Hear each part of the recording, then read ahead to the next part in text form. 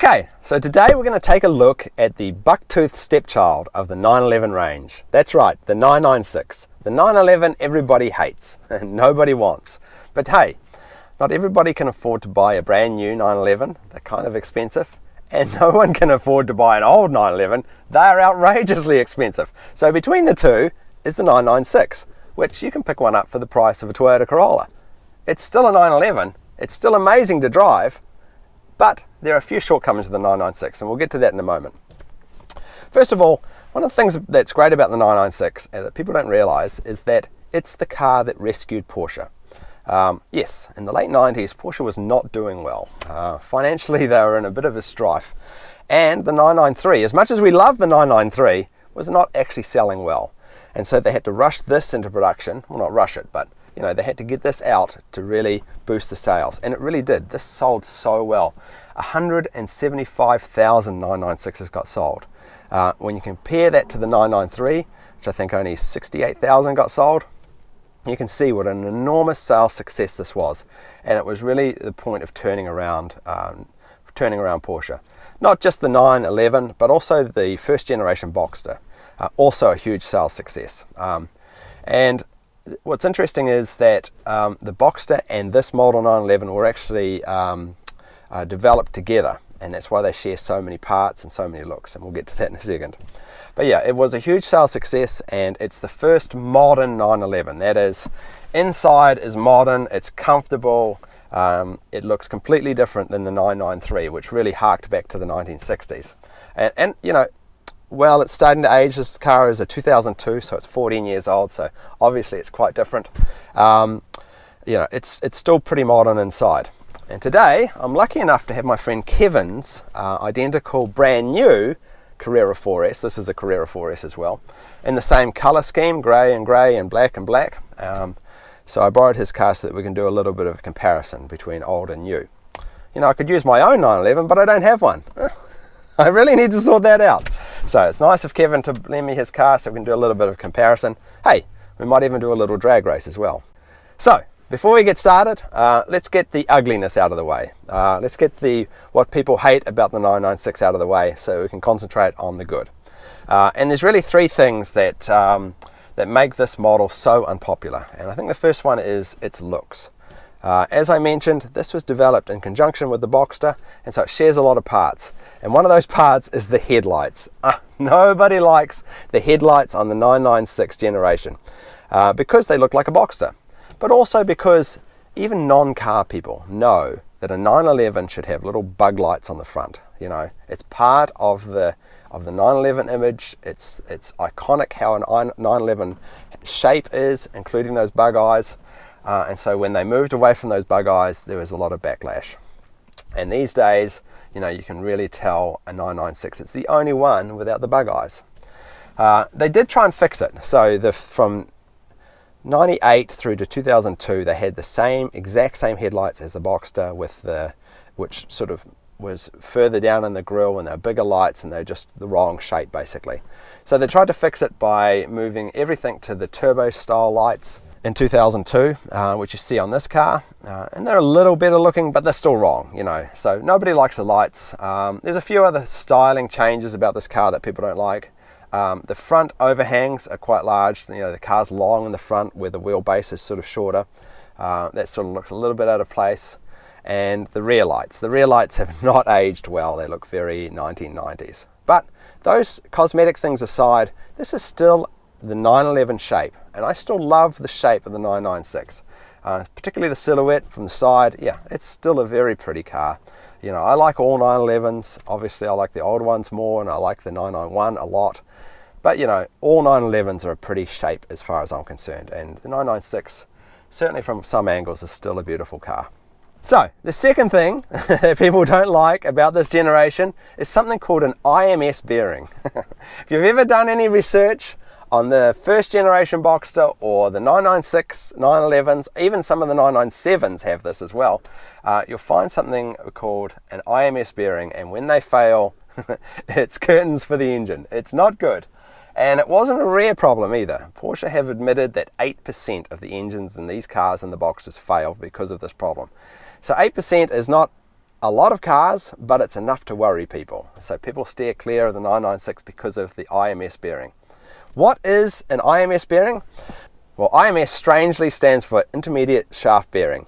And it's a bearing that sits between the crankshaft and the camshaft. It's sort of a reduction gearing to slow down the belt, to sort of save the life of the belt, but the camshaft, the bearing itself failed. And it's a sealed bearing. It's meant to lubricate itself, and when the seals go, it really depends on the quality of the oil of the engine to lubricate that bearing then. So if you're not changing your oil out regularly, then that bearing is going to fail. But it's not the end of the world. There's a lot of people that replace these themselves, or it's common for Porsche to replace them, and it's not that expensive. It's just something that you have to factor in when you're buying one of these cars. If the previous owner hadn't already replaced it, then you need to factor in a couple of $1,000s to replace it yourself. Otherwise, you're constantly worrying about it. Or you get yourself a warranty with the car. Well, the internet has made out like there's Porsches exploding all over the place. It's never buy one of these, they're terrible. It's not true, This car here that I'm driving today has not had it replaced, and it's still no problem so far. And there's, obviously 92% of Porsches from this generation still driving around fine with no problems. Particularly for people that change their oil regularly, and the recommended oil change in these is not 10,000 as in the manual, it's now 5,000 for that bearing problem alone. And that is the major mechanical problem, and it's fixable, but it is $2,000. So factor that in if you're getting one of these. Otherwise, it's like any car from that generation. There's other minor niggly problems, but the IMS was the major one, and so for both the 996 and the Boxster of that generation, should be changed out. And the third reason, and this is a bit of a silly one, is that this was the first of the modern 911s and the first of the water-cooled 911s. And a lot of people hate the fact that 911s moved to water-cooled. It was all air-cooled, and people love the air-cooled engines. We all love the 993. We love how that car is. I've done a review on it myself. I love those cars. But, they were old technology, and they'd gone as far as they could go. So Porsche had to go to the more reliable, more efficient water-cooled system at some point, and the 996 gets the blame for that, unfortunately. So it's not really a reason to steer clear of them. They are a more reliable car overall and a nicer car to drive than the 993, but of course everybody wants the last of the water-cooled, and they want the old style everything, and people are very nostalgic for the old times, and the 996 gets the blame for that nostalgia going away. So, enough about what's wrong with the 996. Let's talk about what's right, what's great about the 996. And to do that, we have to take it for a drive. Let's roll.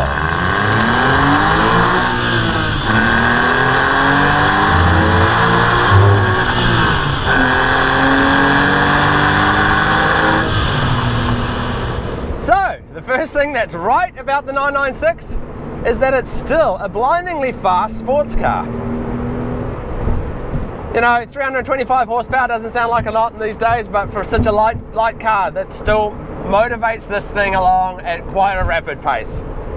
And that's what's the first thing that's amazing about the 996, is that for Toyota Corolla money, you can still get a true 911 with true 911 performance, true 911 sound and dynamics. So how do I compare it to other 911s? Well, actually, this is much easier to drive and much more predictable than the 993. The 993 is its own special beast, and people love the way that you have to baby it a bit. But yeah, this is the modern 911. So the pedal's in the right place. You get a lot of feedback in the steering. You know what's going on with that engine in the back. It's a fun car to drive. But in comparison to a newer 911, of course, this thing feels old and rattly in comparison to the 991. It's still a well put together car.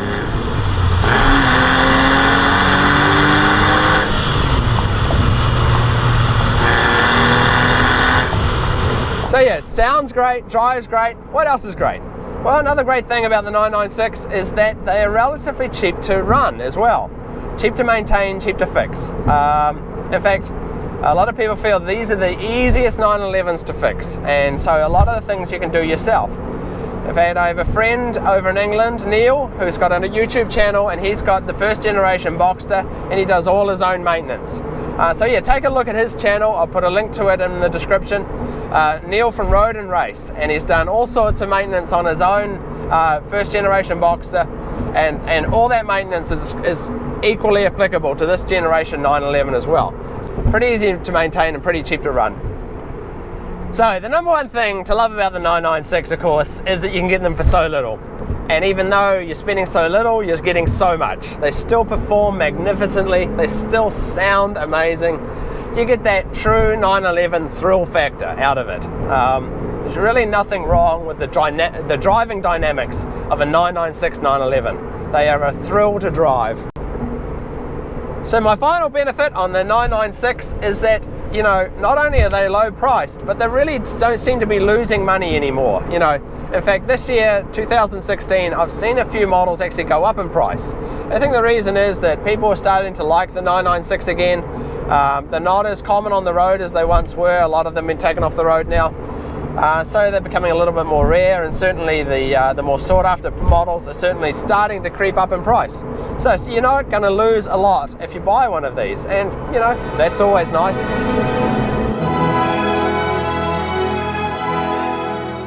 Okay, onto the interior, and just like everything else about the 996, the interior was a huge leap forward in modernisation. You know, it looks completely different than previous generation 911s before it. And a lot of what they did in here has been carried forward to the latest generations as well. A good example of that is the instrument cluster. This five instrument cluster is still used in today's 911s. Obviously it looks a little different, but yeah, a lot of the styling cues are much the same. What they did in the 996 has been carried forward, just modernized. Of course, this being a 14-year-old car, it does look a little dated inside. Obviously not as dated as the previous generations, which really harked back to the 60s, but yeah, you can see a lot of what they've done in here still looks much the same in the modern 911s. This car of course has the big 90s airbag steering wheel.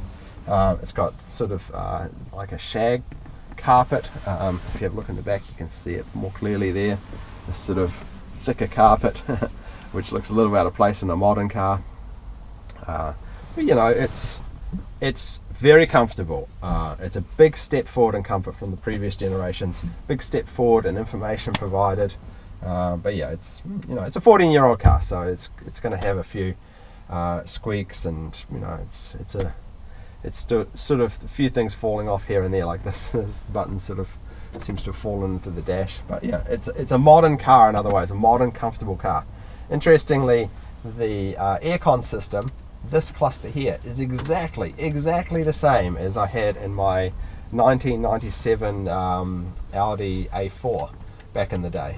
So once again, Audi, Volkswagen and Porsche sharing parts. But yeah, this car is nicely spec'd. It's got the heated seats, and being a 4S, it's got all the nice bits and pieces on the outside, and the sunroof and a few other bits and pieces. But yeah, if we have a look at the overall styling differences, this is the center console in the 996, and it looks very dated. You know, it's this hard plastic when you compare it to the beautiful interior of the latest edition, the 991.2, and that carries forward. You know, this is all sort of cheap plastics around here, whereas the newer models just feel higher quality. And one thing that hasn't changed is that the glove compartment isn't very big. It wasn't very big back then, not enough to hold the manuals and the CDs for the navigation and so forth. But yeah, even in the brand new 911s, the glove compartment isn't that big. These ones got an interesting little storage feature here that actually holds quite a lot, these side storage units. And the seats, let me just move my camera here. This is a very similar shape and comfort to the 14-way seats that are in the modern 911s as well. Yeah, they give a decent amount of support, and you know, same overall shape, very similar to the modern 911s. Interestingly, the frunk of the older 911 is a lot smaller. In fact, you'd struggle to fit a gorilla in here. I don't think you'd be comfortable, Albert. No, you're going to get your head squashed. Whereas we have a look at the the 991.2, there's ample room. You could have a gorilla party in here, Albert, couldn't you? Sit up straight. There we go. Yeah, no problem with that. So certainly the more modern 911's got a lot more room in the front.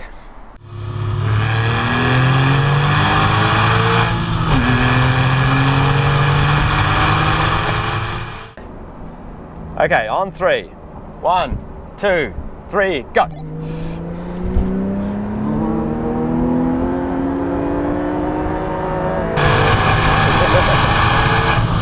It held its own.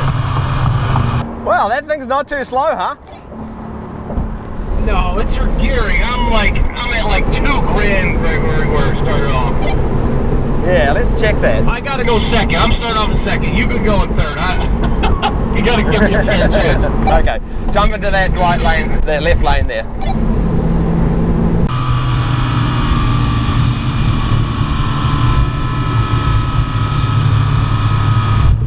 You ready?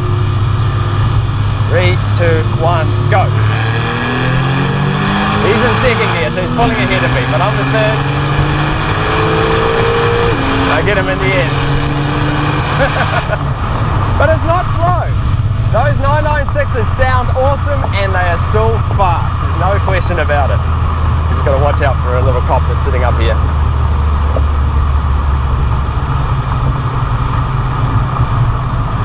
Pretty fast, that thing.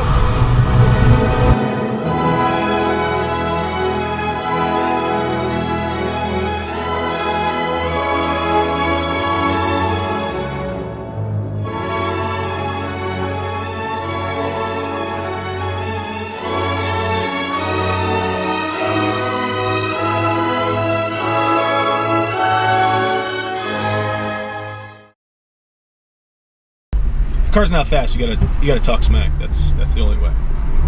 Sure. Oh yeah. He's going down. Doesn't matter. Doesn't matter. Okay. Let's do it. I'm gonna do this. And when it's done, Nick's gonna put some speech bubbles over my head. I guarantee it. Brings me back to my street racing days in high school. Everyone would roll out their front-wheel drive cars. It'd be a competition about, you know, who had the least amount of traction. That worked out well for them. Yeah, going against the PDK, man versus machine. No chance. Oh no, that's where the cops hide. Oh, easy now, easy. He doesn't know what he's doing. What did I say? What the hell did I... I knew it! He's gonna be looking for us on the way back. No way. It's one of those two 911s with the camera equipment pulling over right in